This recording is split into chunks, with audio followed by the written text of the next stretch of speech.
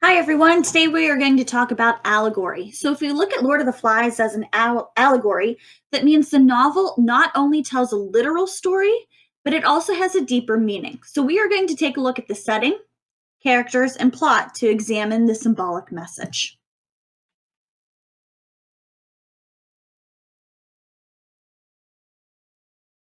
First, let's look at the setting and how it can be viewed as a symbol. Well, what was the island like before the boys crash landed? There were lush plants, clean water, an abundance of animals, and there was peace with no humans. So, what do you think the island before the crash represents? Well, this was like a paradise. And I want you to think of the Garden of Eden, right? It was peaceful. Anything and everything you could possibly need was there for Adam and Eve, right? This is also an allusion to the Bible, right? But once the boys then got to the island, this is where destruction then started to take place. Just like with the Garden of Eden, as soon as Adam and Eve got there, and then they were tempted by the snake, that's whenever sin entered into the world. We talked about what the setting represented before the boys landed, but what about after? So what was the island like after the boys crash landed? Well, the foliage was destroyed in the crash and through fires. It was a very populated island now with the boys running around. The clean beaches and water have now become dirty because the boys were just sort of defecating anywhere, right? They weren't listening to Ralph's rules about where they should go.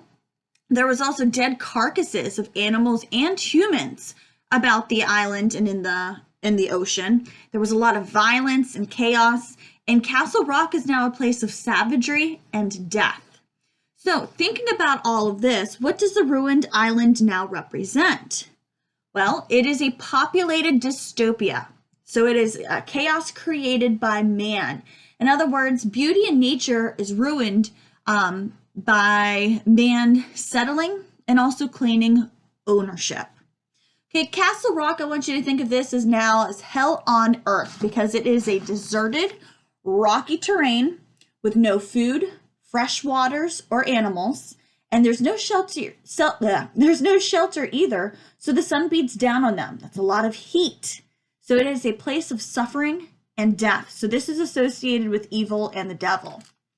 Now, if we take an even bigger step back, we see that the island is supposed to represent the entire world, right? Remember, there is war ensuing outside of the island, and the boys are now creating their own war, mimicking what the adults are doing too. So the island is supposed to represent the entire world, with the evil sort of running rampant throughout.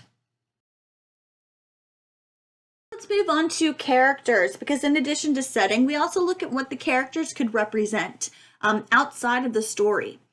So let's think of Jack. How did we characterize him throughout the novel? Well, we saw him as jealous, he's mean, he's like a bully, he's cruel, he's arrogant, he pretty much only thinks of himself, right? And he believes he should have the final say, and he also believes in punishment. So it's not necessarily that he believes that everyone should follow the rules. They think that they should follow his rules, and if they don't, he's going to take pleasure in punishing those who do not. So what do these characteristics and his actions symbolize or represent? We see Jack represent unrestrained savagery and the desire for power, specifically the dictatorship or a kingship, right? Because no one can say no to him. We see his followers listen to him blindly, right? They don't stand up to him. And the ones who do stand up to him, he creates terror for them. And we see that with Piggy and Ralph and also Sam and Eric. So now let's move on to Ralph, right? The opposite of Jack. Characterizing Ralph, we saw him as fair. He was always mindful of others, thinking of everyone else, not just himself. He wants to save everyone, not just himself or his friends. He's very idealistic, meaning he tries to see the good in everything. We see him be a little bit naive as well, because he, especially toward the end, he can't understand why they're trying to hurt him or kill him, because he keeps remembering them as civilized human beings. I mean, he also believes in rules. So looking at all of these traits, what does Ralph symbolize through his traits and actions? Well, we see that he represents civilization, democracy, and leadership. And we're talking about like good leadership, not that cruel leadership that Jack represents.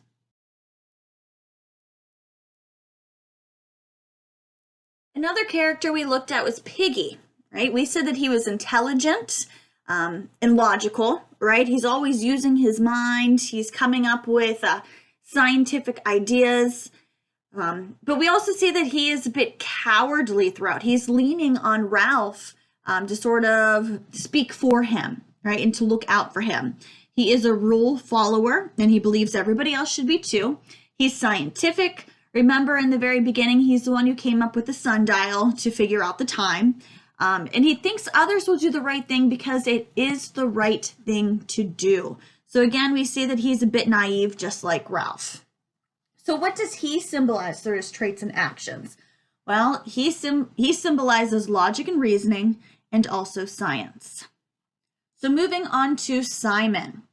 Simon is not throughout the entire novel, and we don't really see too much of him, but he plays a major role.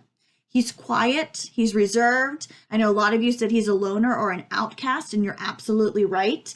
However, it's not a negative thing that he is an outcast. He's innocent, and he never does anything bad. Notice that he's always trying to do the right thing, and he's good.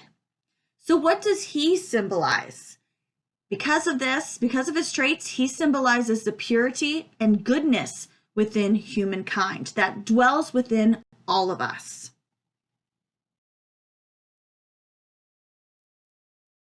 Final character I want to analyze is Roger.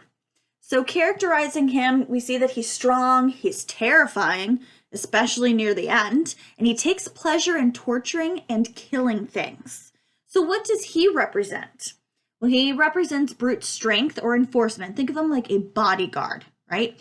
And because he takes pleasure in hurting others, he represents that sadism and the loss of innocence. So what happens to people whenever they live without rules and live without restraint in society? It's time to move on to the plot. So we're going to look at different objects and events and what they symbolize. The first two are conch shell and the fire.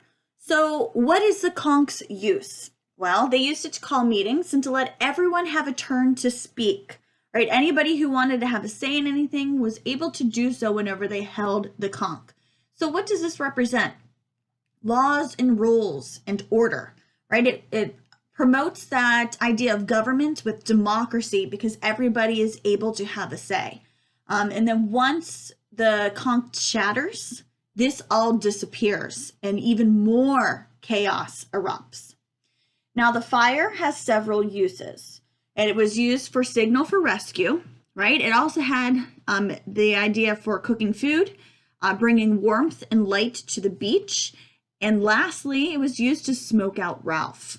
So it symbolizes different things. First, the signal for rescue, that symbolizes hope, right? So that they can be saved from the island. Cooking food, that is a necessity. The bringing warmth and light to the beach, this is that false sense of security because remember, if you remember, in the middle of the novel, the little ones were excited to have the fire back on the beach because they were worried about the beastie. And they felt that if there was some light there, that they would be protected. It was sort of like a security blanket for them.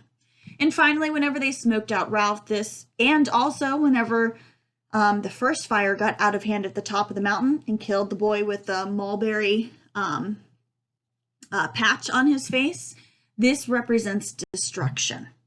Okay, so there is death associated with fire as well. It can be used as a weapon.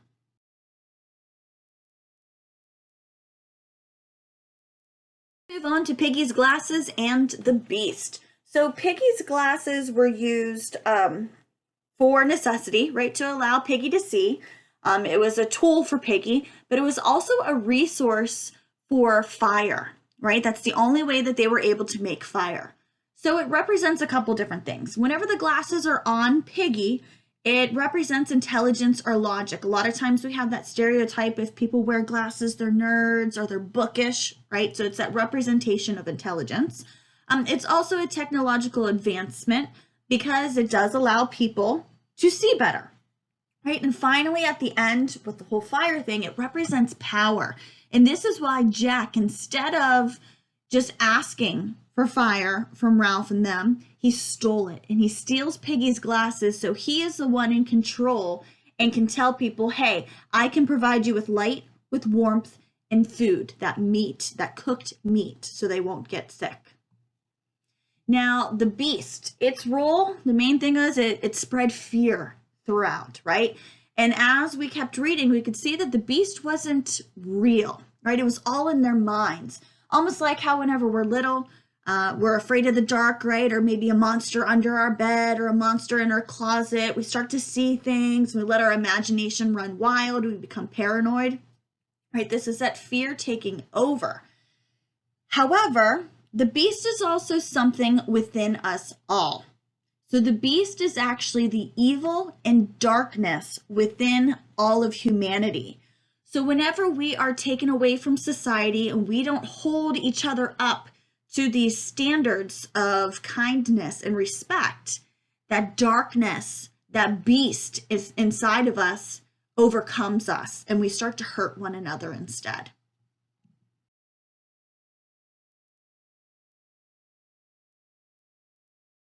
Events were the pig hunts and also the boys decorating themselves in that war paint. The pig hunts were how the boys got meat for food. But it was also a way to act without inhibitions. Remember that they would do their reenactments of the hunts. We said it was more like a ritual. So what do they represent? Well, it's man's capacity for violence and destruction because they are killing things, not just animals. During one of those reenactments, they killed Simon.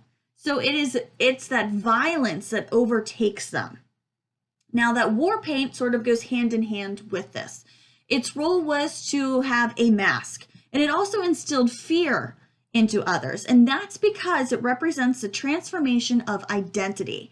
It liberates or frees savagery. So typically when we think of a mask, we think of it hiding something, right? But no. In this sense, it does not hide true nature, but it reveals it. We know this because the boys were no longer embarrassed whenever they were naked and only wearing paint and a belt that hung their weapons. Okay, so this is who they truly were and who they truly wanted to be.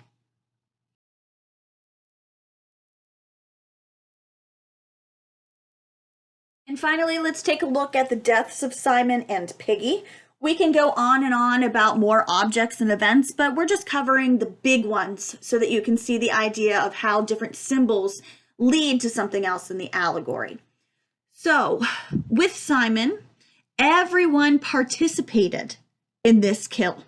They got carried away during the pig hunt ritual, right? They let their fear from the storm and the idea of the beast come out. Plus, they were excited. They all said that they felt the sense of power overtake them.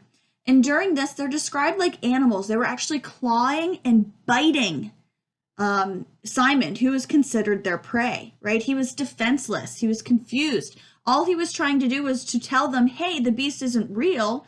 It's just a dead parachutist up on top of the mountain. We have no reason to be afraid. So again, Simon is that goodness, that innocence, that purity. Yet these boys let their fear and that beast inside come out.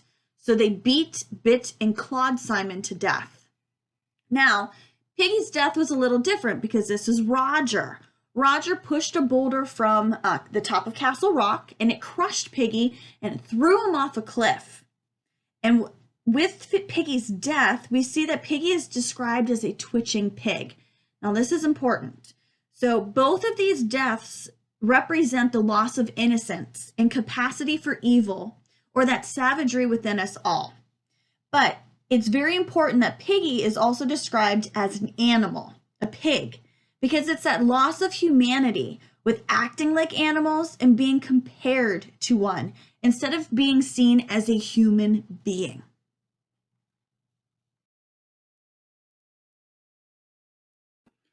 So tying it all together, we can see that the boys as a whole can represent humanity. Okay. And then the island, we already said, is the entire world.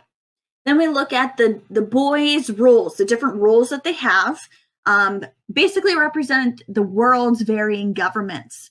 We see the two tribes, right? These are two different countries, and so on. We already saw that the outside world, the grown-ups, are fighting a war.